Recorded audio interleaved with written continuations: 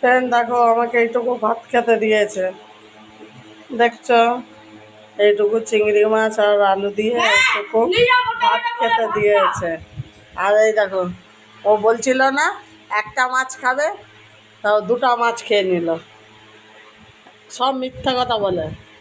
হ্যাঁ, এখন মুখ লুকাচ্ছে। তুই আমায় দিয়েছ। হ্যাঁ, আমি দিয়েছি তো। তুই তো বললি এক্ষুনি ক্যামেরার সামনে যে আমি দুটো মাছ খাবো না, একটা মাছ খাবো। যে আবার তাহলে ওই মাছটা নিলি কেন?